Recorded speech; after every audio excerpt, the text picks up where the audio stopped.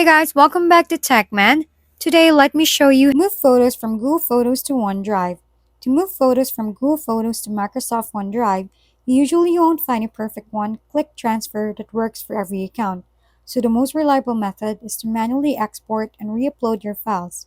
Start by opening Google Photos, selecting the images or albums you want to move, and either downloading them to your device or using Google Takeout if you want full backup export.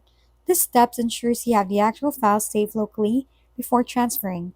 Once your photos are downloaded, go to OneDrive, sign in, choose the folder where you want to store them, and then use the upload option to select the downloaded images from your device and import them into your cloud storage. After uploading, give it time to sync fully so all photos appear correctly in OneDrive across your devices. While some third party tools and limited integrations may claim to connect the two services directly, the download and upload approach remains the most consistent and safe way to transfer your photos without risking missing files or sync issues.